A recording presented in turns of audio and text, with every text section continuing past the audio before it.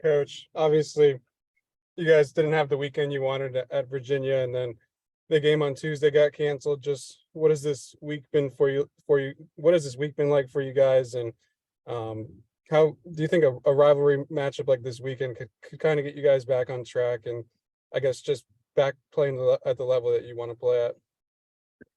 Yeah, Brett. Maybe the rain out Tuesday gave some guys a chance, especially on the mound. Like we've had to recycle so many guys in relief roles. Maybe that gave these guys a chance to recover a little bit. They obviously got on the mound and in one form or fashion did their side work, which was good because this time of year, especially when you're using the same guys over and over in these relief roles, that's difficult for them to get work.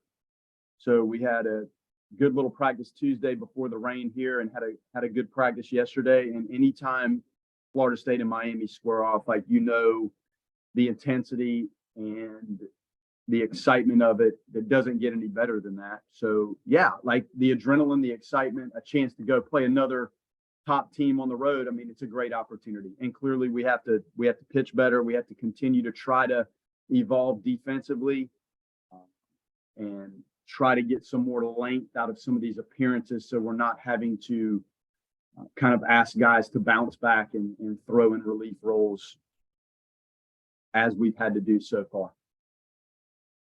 Link, you talked about it a little there. I mean, beyond just the pitchers and maybe not having to kind of throw guys again so quickly, could not having that midweek game maybe be a blessing in disguise, a mental reset, give guys, I mean, I know you practice, but not having another midweek game, turn around to another road trip on the, could that do some good?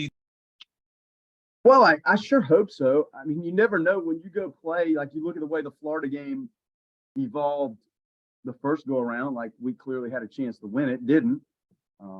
But from a health standpoint and recovery standpoint, when you've been on the road at Virginia, and then you're going to jump back on the road and play a night game on the road and then turn right back around and go to play the University of Miami, it's got to give the guys a chance to just refresh a little bit and reset by default.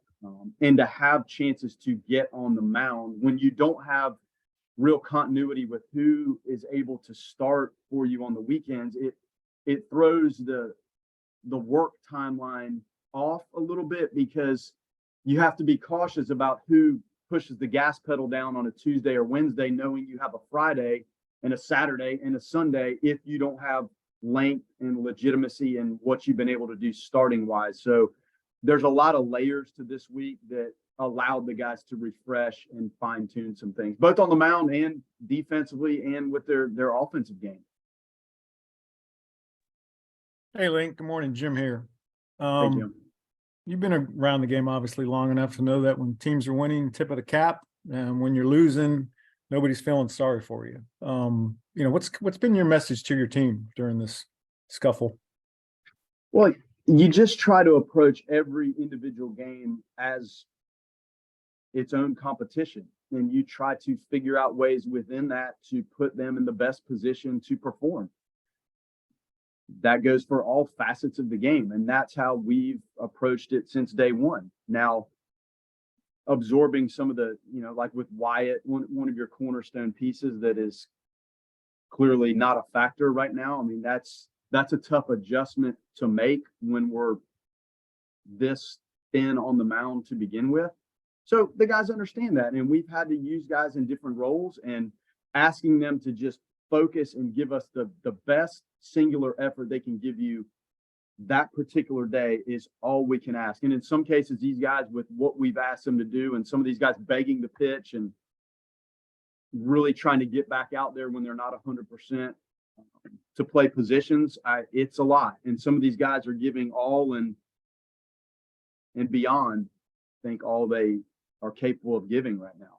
And it is tricky, but singular approach to one competition at a time that's the best way to go about it.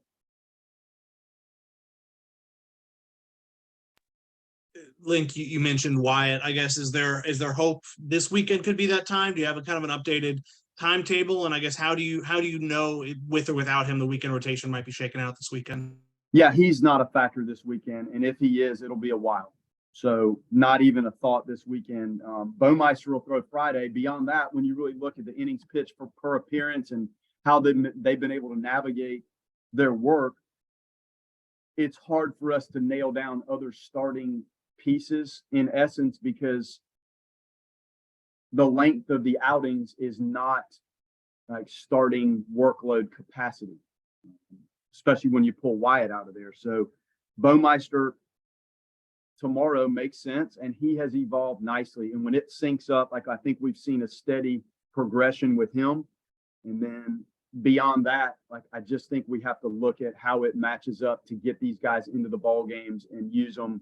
If we have matchups that make sense, use them in those roles. And then when you get to Saturday's ball game, you look at who can get you into the game, and you just build it from there. It's not the traditional, like what you've seen here before, when you have kind of a consistent true rotation that creates some length and limits what you have to do out of the bullpen. We're clearly not in that conversation at the moment. So Baumeister, and then we just have to work through it from there.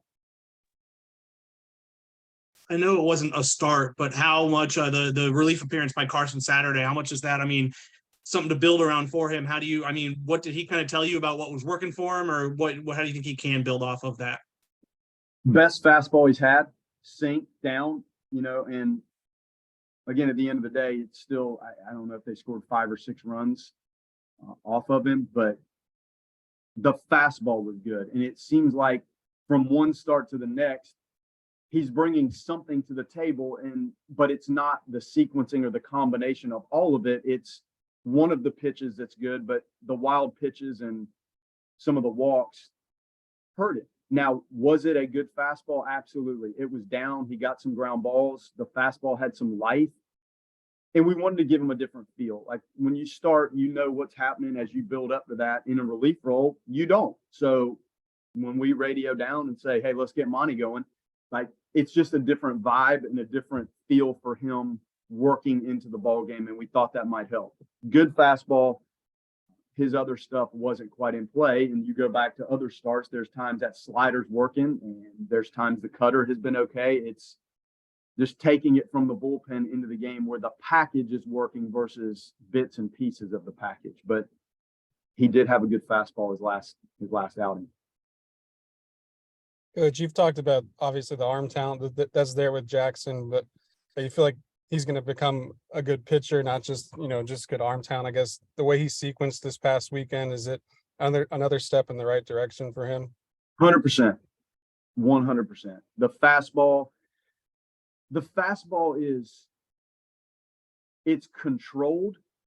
I wouldn't say yet he's grasped complete command of it.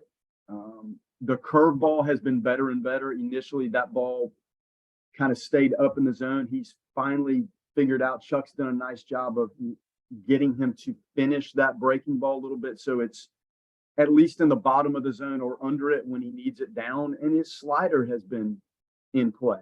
Changeup he's had feel for that changeup, which is a bonus. So it's coming. The efficiency, as you bounce back between curveball, fastball, or changeup, fastball, like back to the release point of really commanding the fastball versus having general control of it, that's just that next little step. But I've been so proud of the way he's gone about it, and he's learned, and he takes what he experiences out there, and you can feel him like talk through it and work through it and use it to better himself in his next outing, and he's done a nice job.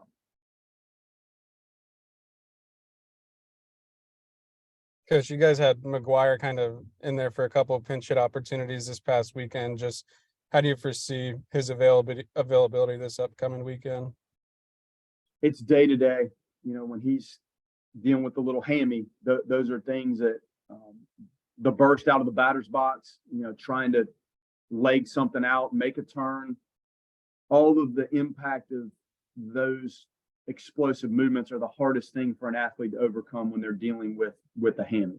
And then when you factor in the catching position and the squatting and the blocking and the bouncing and the moving and the up and down and throwing, that's just one of those things. It's a day-to-day issue. Clearly the intensity and the dynamic nature of his at-bats would help us. even if it wasn't a DH role. So had a good workout yesterday, and now, how he handled pushing it on the bases a little bit yesterday and again tonight in Miami when we work out down there, that'll give us a better indication of whether it's the right thing for him to DH or play at all or pinch hit Friday night, simply day to day.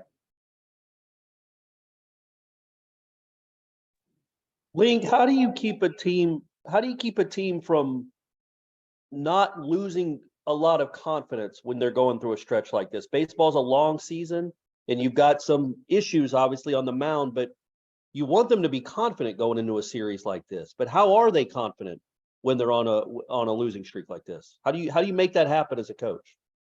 Well, this is the 5th time I've been involved in something like this. So you just try to keep your approach very consistent. Now, picking out the good moments in these difficult times is very important because there are guys that are having outstanding individual moments within this. Now, collectively, not enough, but you have to let them see some of the good things. And then you also have to point out the mistakes, whether they're team oriented or individualized. You have to try to harness that and continue to teach, because the accumulation of some of those mistakes that we're making in various areas, that's how things don't play out in your favor. So we try to, whether it's video or some of the stuff we're doing at practice, show some of the really good things, and also discuss and show and work on some of the moments that have held us back. And some of these learning moments are very difficult on this stage. When you look at the schedule that we played and where we have had to go and what we've dealt with, I mean, there's plenty of opportunity to learn and grow from it. And it's not going to get any easier when you look at the remaining trips and who you're going to have to play. So harnessing some of the good things and letting them see the good moments and letting them reflect on the negative stuff, whether it's video, other tactical things. And then when you go out on practice, make sure they're touching on some of the things that have been problems for them. And I think the confidence comes from trying to check the boxes on working on the things that have held you back. And what do you remember as a player, your first trip to Miami, or your 2 trips that you took down to Miami? What were those series like for you and for those teams? What shoes do I wear? How, if the ball bounces twice at shortstop, it's going to bounce over my head. Do you hit an artificial turf shoes or spikes? That was what I remember. Couldn't tell you the outcome of the game. I know the intensity was through the roof. It'll be the same way down there this weekend for all of these guys, both sides.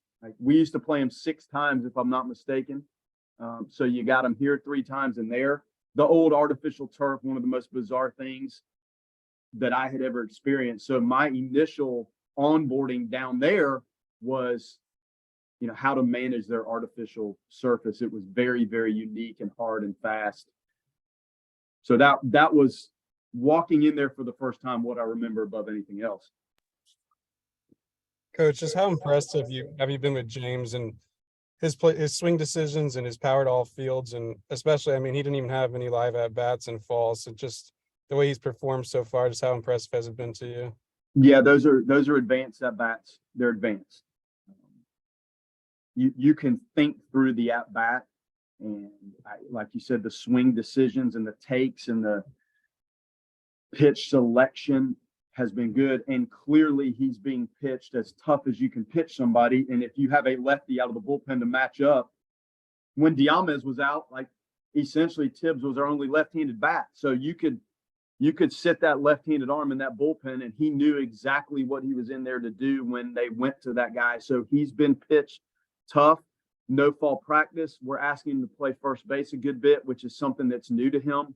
He's given us more than you could ask defensively, trying to bounce between first and left field. And I thought he's done a nice job trying to harness that. And he works very hard at first and probably less in the outfield because of how hard we're working to get him comfortable at first base, knowing that by default, his fallback has been I'm an outfielder. So shoot, the guy's been impressive. He values the at bat. He values every pitch.